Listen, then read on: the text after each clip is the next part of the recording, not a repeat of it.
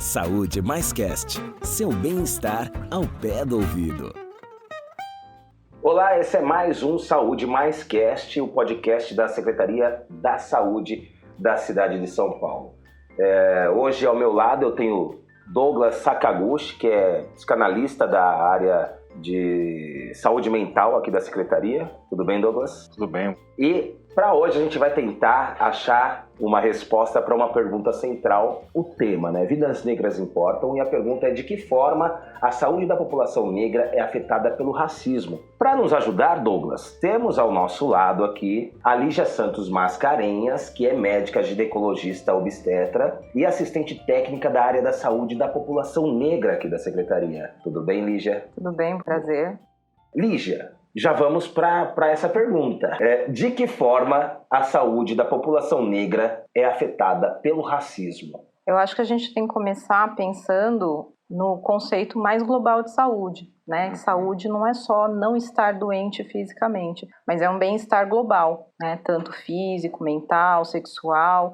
Então, o racismo, por ele afetar o dia a dia da pessoa, né, ele afeta as relações, ele afeta o trabalho, ele afeta a moradia. Tudo isso vai contribuir para que esse estado de saúde seja depreciado de alguma forma, né? E não só isso, a questão da forma como os próprios profissionais de saúde muitas vezes se comportam, o próprio usuário, né, do Sistema Único de Saúde se comporta. E, infelizmente, no Brasil, a gente entendeu por muito tempo que racismo é apartheid, que racismo é lei Jim Crow, e o resto, que é o que a gente vive, ficou mascarado. Então, as pessoas ainda têm muita dificuldade de entender o que é uma atitude racista, o que é uma postura racista, porque sempre pareceu que ser racista é ser segregado, e vai muito além disso. Douglas? Não, eu acho que é bem interessante mesmo, né? Eu acho que tem nessa pergunta, assim, que parece um tanto curta, né? Mas eu acho que tem conceitos interessantíssimos. Então, por exemplo, a Lígia começou dizendo do conceito de saúde, que afinal, o que é isso que a gente define como saúde, né? Por vezes, não é o nosso tema central, mas ficou pensando até se a saúde é real, né? Do jeito que a gente define, se isso é uma possibilidade concreta, né?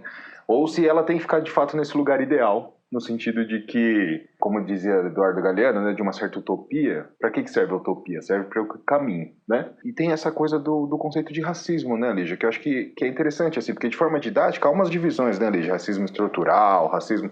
Tem algumas subdivisões ali que a gente vai fazer de forma teórica, mas eu acho que o rico é isso que a Lígia está trazendo, assim, dessas minúcias e das relações que vão acontecendo no cotidiano e do quanto isso impacta o sujeito, que eu acho que é disso que a Lígia vai nos provocando aqui a pensar, assim. Então, eu queria até que a Lígia pudesse falar um pouquinho mais disso, né, Lígia? Assim, como é que se dá isso, assim, nessas relações, no cotidiano, numa unidade de saúde ou no mundo, né, e de que isso vai afetando? Como é que essas minúcias do racismo, né? Como é que você vai entendendo que isso pode afetar essa questão da saúde, assim? Então, no princípio, né, a gente, pegando o SUS como exemplo, né, que é o nosso norteador, a gente tem como diretriz a questão da equidade, da igualdade, e as pessoas são extremamente diferentes, né? Então, mesmo numa mesma casa, com o mesmo pai, com a mesma mãe, a gente vê muitas diferenças, às vezes, entre irmãos, de comportamento, forma de resposta, resiliência e tudo mais. E a gente, muitas vezes, não vê, na preocupação em relação ao usuário, por exemplo, é diferenciar todas essas particularidades que vão surgindo e tentar fazer com que esse atendimento fique melhor.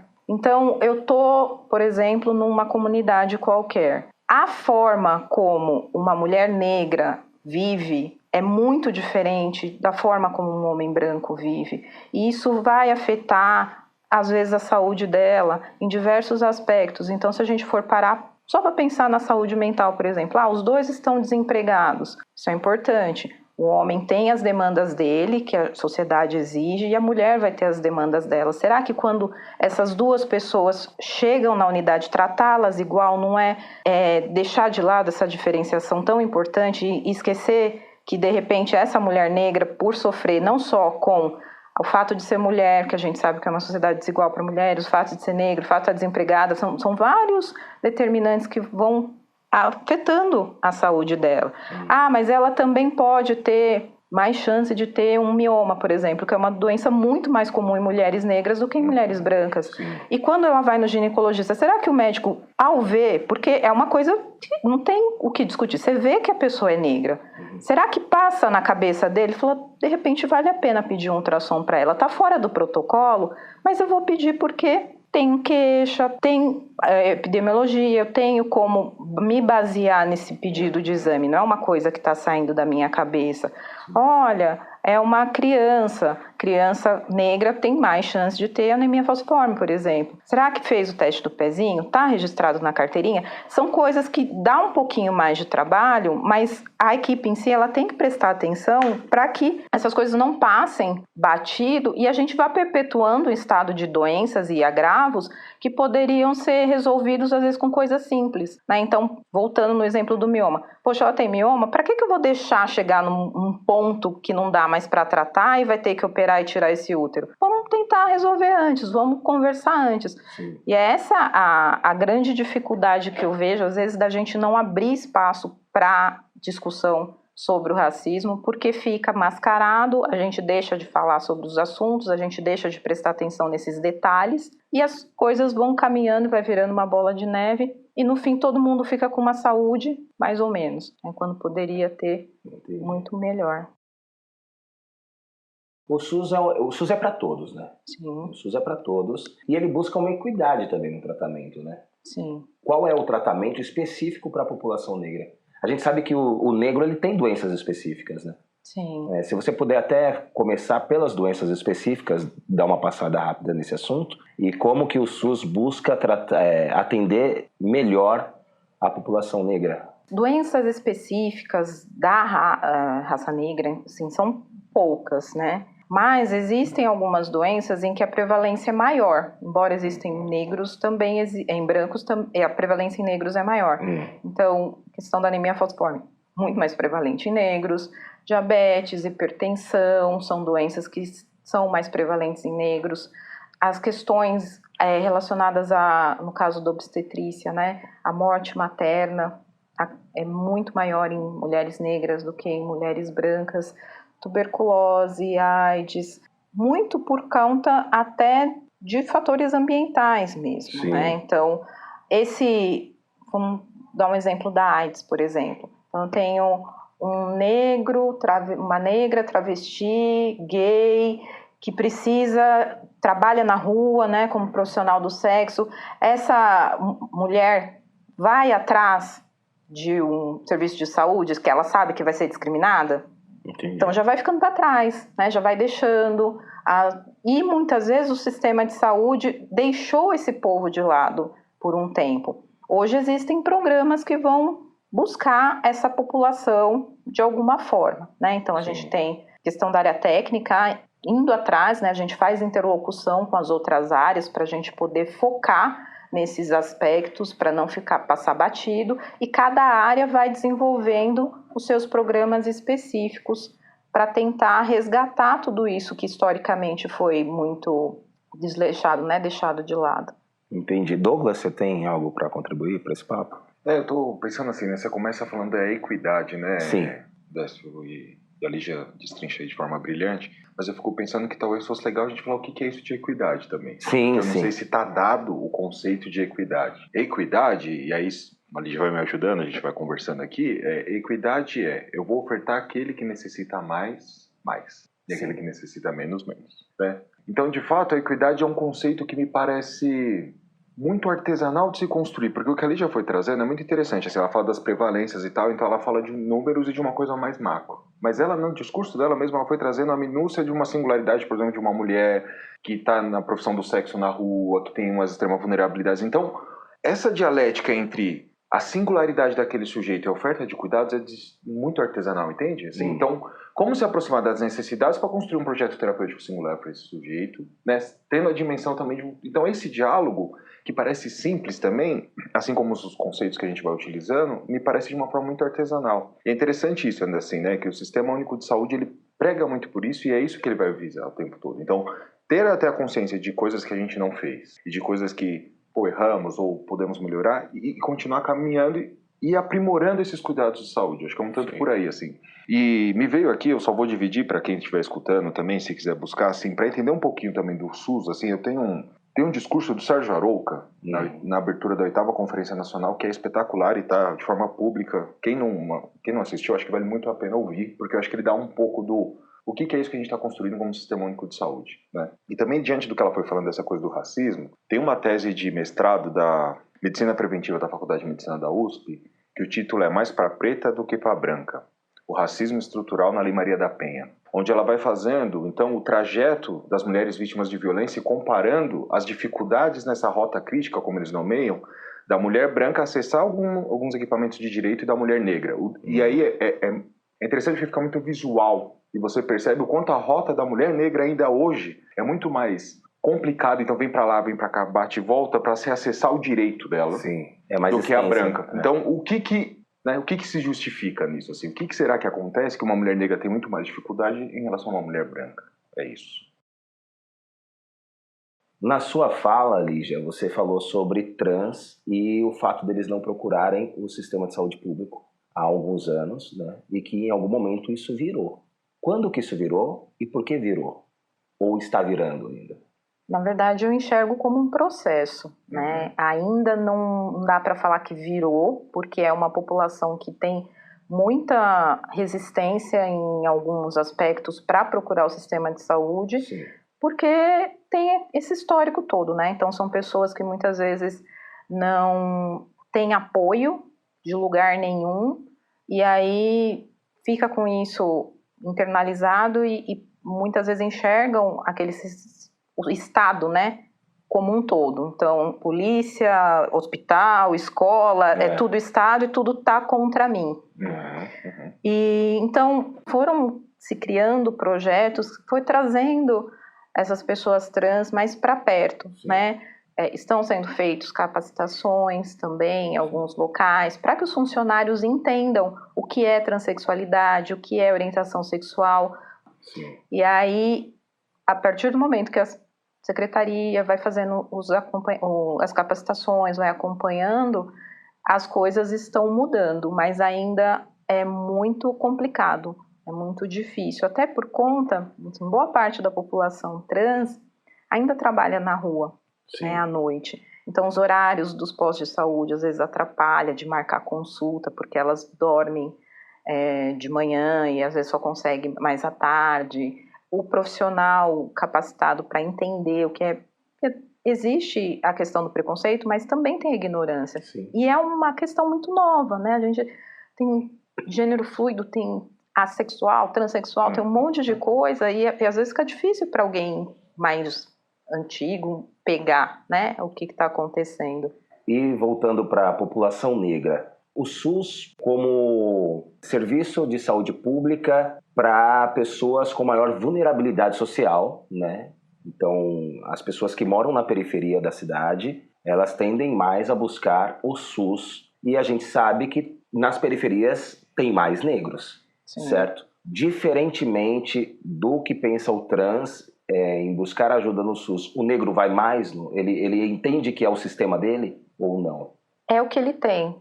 É o que ele tem. Então, não existe muitas vezes a ideia do negro de que ele está sendo discriminado porque ele é negro. Muitas vezes ele entende que ele está sendo discriminado porque ele é pobre. Sim.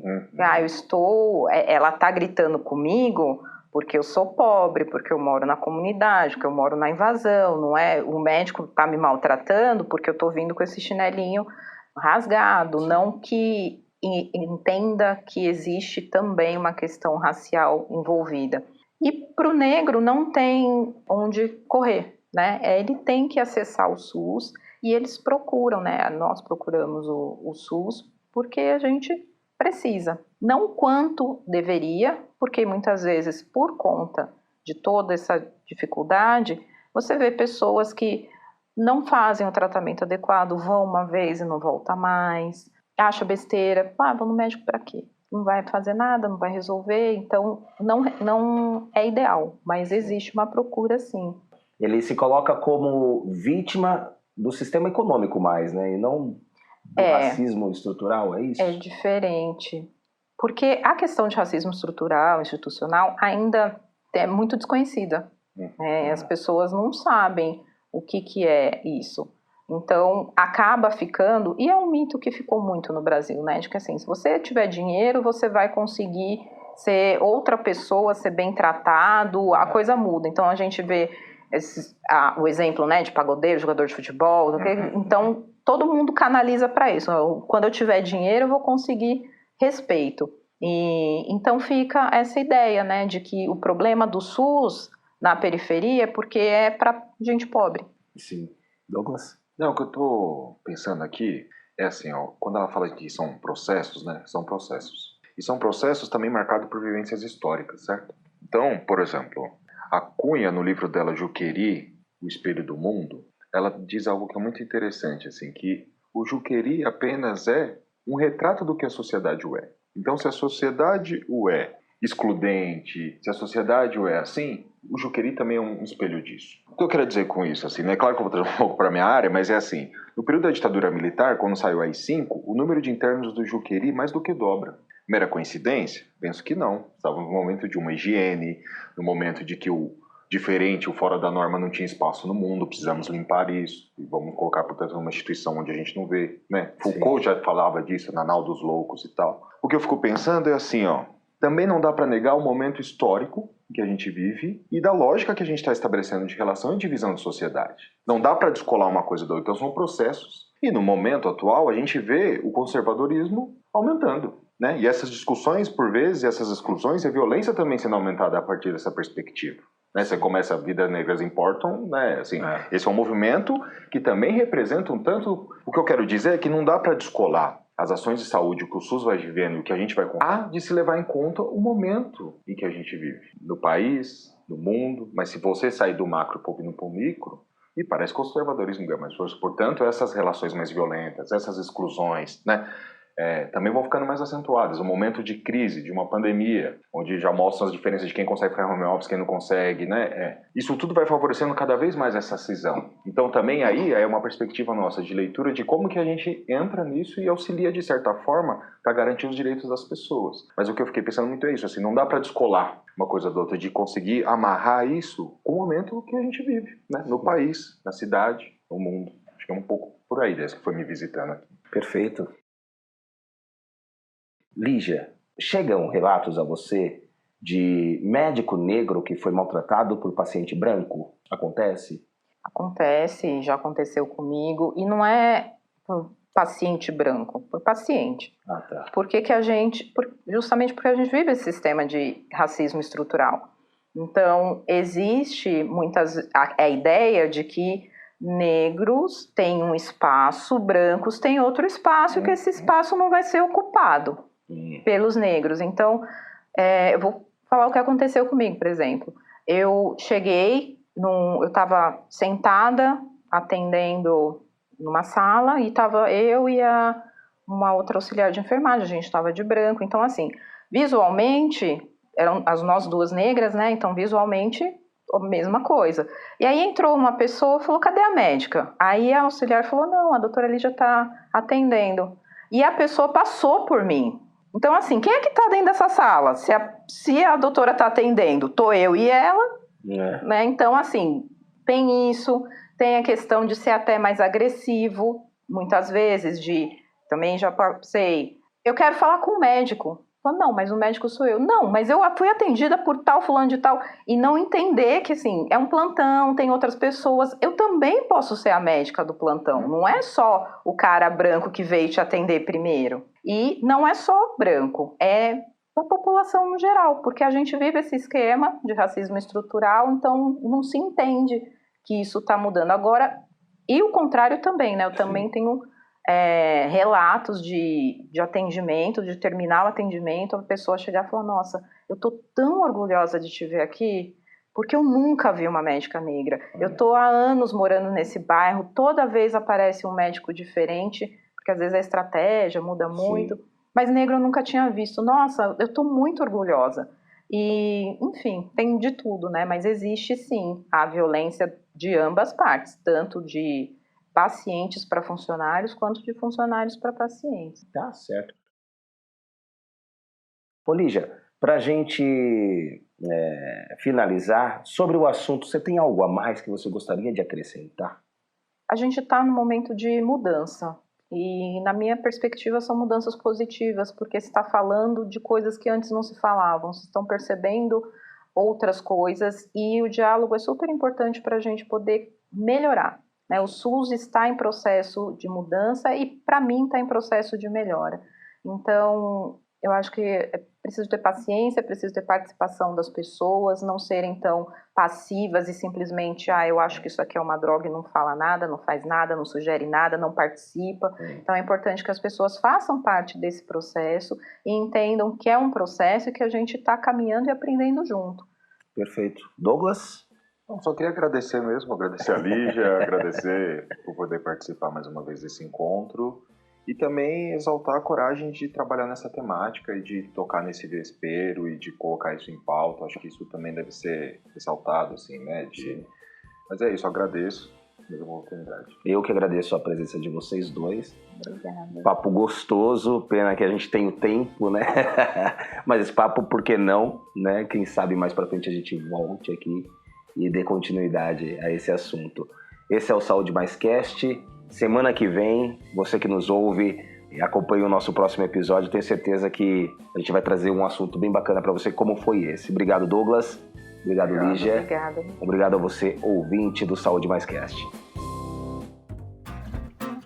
Saúde Mais Cast. Seu bem-estar ao pé do ouvido.